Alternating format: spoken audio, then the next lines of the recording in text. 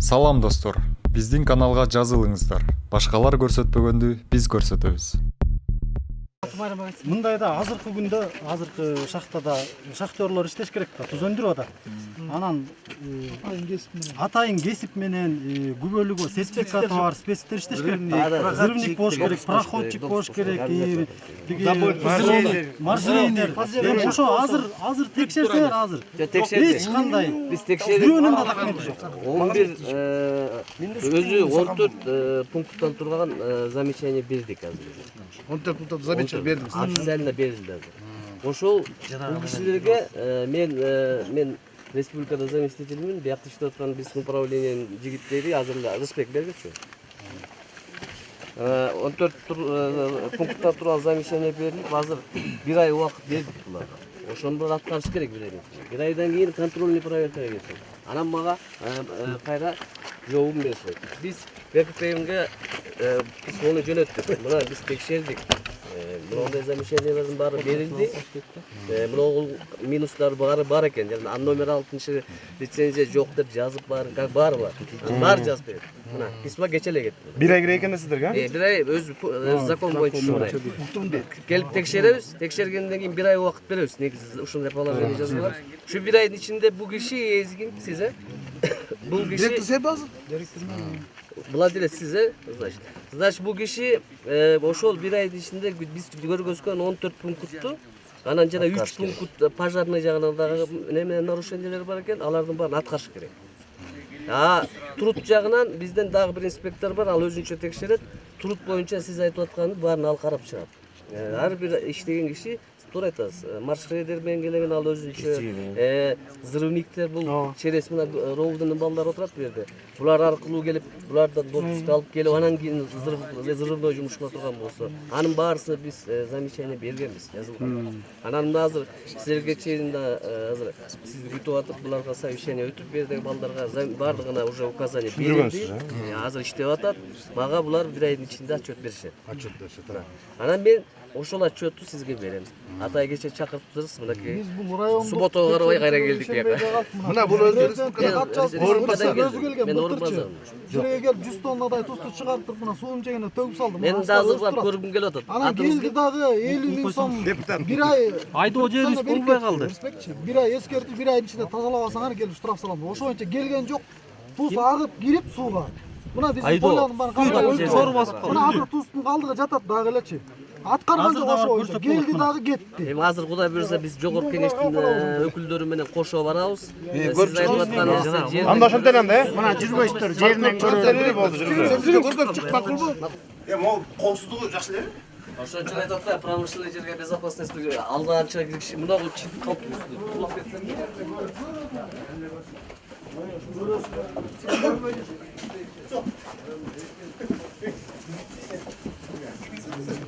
Көрөбүз дейт өзүлөрү.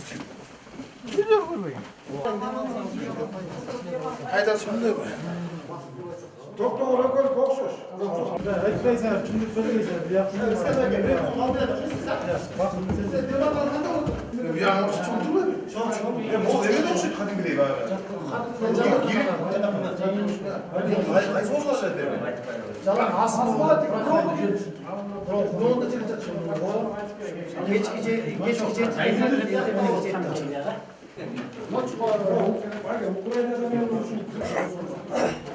Geçki saat 7'de болду ушунун ичинде жатат аба эле болду. Карчы. Уникалдуу жерде. Анан ноондай кылбай бир Абадан Жок, ушундай кош керек байка. Сонун кылып, мына бияктан наоборот комфорттун кереги жок экен. Комфорт кереги жок. Ушу керек экен. Телевизор болбойт экен. Темир алсачы керек. Темир Жок, эми жактап турган жетти. Туз жегишти. Vallahi baskan sayın çam çıkıp dursa o çamın efekti жақсы böyle. bu. Toprakın çamı емес tabi. Tuzun çamı efekti böyle. Сайыз баганда бул бияка Ana cana бакыйга киргизчи да. Оорулардын өстөрү. Курс бир курс лечение качуу? 16 күн mesela. 16 күндө. Кээ бирөө бар 5 күнгө келет, кээ бирөө 3 күнгө келет. А ушунда булар бул жерде жатышат, тамак ачтан ичет. Мен тияктан жана салган санаториядан ичет. А ошол жактан. Столовый немелер бар. Китеп турат бүт. Ана путевка менен келип же мындай неме кылып кетишибиздер. Жоқ, бияқтан да жатышат. Мына қараңыз. Оның барын жасап шыққан бүт. 5-6 күн болгондочу эффекти болбой калат да. Ондай Сайыз көзүндө 24 күн болчу да. Мына монда бұл иштерін тартып қойған. Баса албай келип Шыны, кетчү. 3-4 күндөн кийин Жаңағы чукап келген кетти. жерде бильярдтары, мен бағы талқылап кеткен нәрселерін айтпай қойын мына. Азыр ушундай эмеде жатат. Азыр ылдый жақта. Ылдый жақта жанагы санаторий. Жана биз турган жерде. Мына момундай жатаканалар менен как положено. Коттедж люкстар. Мына момундай люкстар. Бул суу азайбайт, көбөйбөйт, а? Сууга каныккандай турат. Шойчу эле турат. Испарение болбойт экен. Испарение болбойт. Бууланбайт. Уланбайт, эчтеке болбойт. Бууланбайт. Бирок жана бизге көзгө көрүнбөгөн иондоп коет экен. Дагылык касиет. Ушундан да аябай чыгат экен да. Мына боларды карайсыз мына. Мына боларды карайсыздар. Мына болардын баары кийисти. Мен арт тараптан карасам. Артта дагы Бул эми тети качан мурда Чоң атам айтты ал Я эчтене мам. Ооз баягы экен, улан. Таякта терилер бар. Бул касылган жерде касылган. Мурун касылып алган, үстүнөн эле бул бар. Кичине эле жаан жасап атка кырлаш агат да. Ошол эле тоң менен суусу тигиди. Айылдерси, жылкын немеси. Ал баз. Мен уккандан бир көргөн артык дегендей мен өз көзүм менен көрдүм. Мен буга чейин чын айтканда элестетчимин, бир ушул тоонун боорунда туз бар экен, ошонун ичинде бир мектептердин бир 5-6 жана класстарында эле кабиналар бар го, ошол жактагы элдер эс алат экен деп эле ошондой элестетчим да. Карьер жөнүндө менде таптакыр башкача түшүнүк болчу. Эми бардыгын көрүп чыктым. Мына силердин дагы пикириңерди уктук. Жана директор каякта жүрөт. Бунун дагы пикирин уктук. Эми берде чын айтканда талаша турган бул эми кен, кандай болгондо да кен байлык, бул эл байлыгы, элдин байлыгы. Туурабы? Анан элдин байлыгы элге зыянын тийгизбеш керек.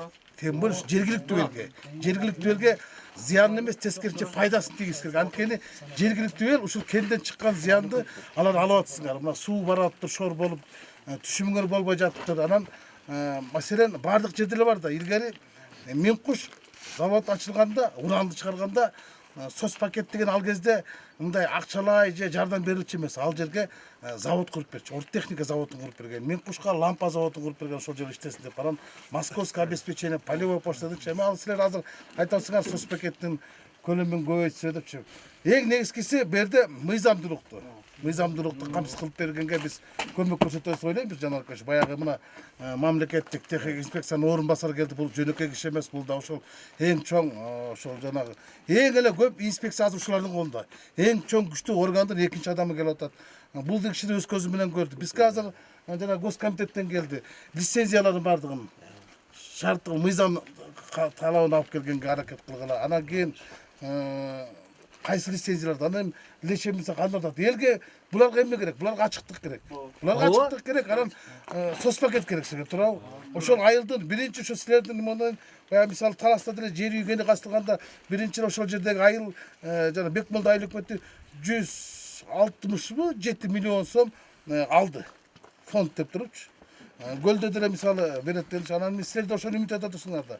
Анан эми буну мыйзамдуулук жагына биз неме кылайык, көңүл бурайык. Анан кийин эффективдүүлүгүнө да көңүл буруш керек. Бул жерди чоң эл аралык санаторийге айлантып, мындан чоң киреше түшө турган айланса болот экен. Инвестор тартса болот экен. Чоң инвестор тартыш керек. Биз эгер өкмөткө кандайдыр бир тапшырма керек болсо, биз тапшырма беребиз. Бирок мындай бир алака келишип, ымалага келишип, эгер мыйзамсыз нерселер бар турмаса, мына органдар келди, бул мыйзамга келтирет. Эгер туура эмес берилген болсо токтотсаңар токтотуп калышат. Анан кийин канча чыгып атат, канча кетип атат, ошолдон салыгын кандай түшүп атат, ошонун бардыгын карап чыккыла. Ушу 1 айлык мөөнөттүн ичинде ошол органдар иштеп чыксын, анан кийин калганын дагы бир карап көрөлү. Макулбу? Мен кошуп коеюн эмес, кыска эле. Негизи мыйзам боюнча бардык кен байлык ал жергиликтүү элдин макулдугу менен иштеш керек. Жергиликтүү элдин уруксаты, алардын макулдугу сөзсүз керек. Туура. Ошон үчүн сиздерде жергиликтүү элди нааразы кылып, аларды күч колдонуп же мындай кылам деген болбойт. Только тил табышы жолу менен. Тил табышы кандай? Салыкты көбөйтүш керек. Анча-мынча соцпакет тапкан пайда менен эл менен бөлүшүш керек. Эл менен бөлүшүш керек. Анча-мынчасын инвестор өзү алат. Бирок элге сөзсүз кабарлашып, эл менен мындай тирешкен ал жакшылыкка алып келбейт да, Кыргызстан тарыхында баарыңар билесиңер. Ошон үчүн азыр биз буяктын жыйынтыгын Рыскелдибай көз парламенттен барып тынбай контролдоп туралы. Бизге ошо бир аз убакыт берсеңиздер, анан кийинчерээк дагы келгенче мен Көк Жарга көп эле келем, Кочкорго. Көк Жарга дагы бир келебиз, ошо келгенче силерге дагы бир жолугуп түшүндүрүп кетебиз. Ошон үчүн биз баргандан кийин азыр сиздер менен бир тыгыз иштешели. Анан мүмкүн болушунча көбөйтүп, силер менен дагы иштешип, баарыңар менен иштешип туруп, бир жакшы эл нааразы болуп аткан адамдардын суроосуна, талабына бир өз жообубузду беребиз.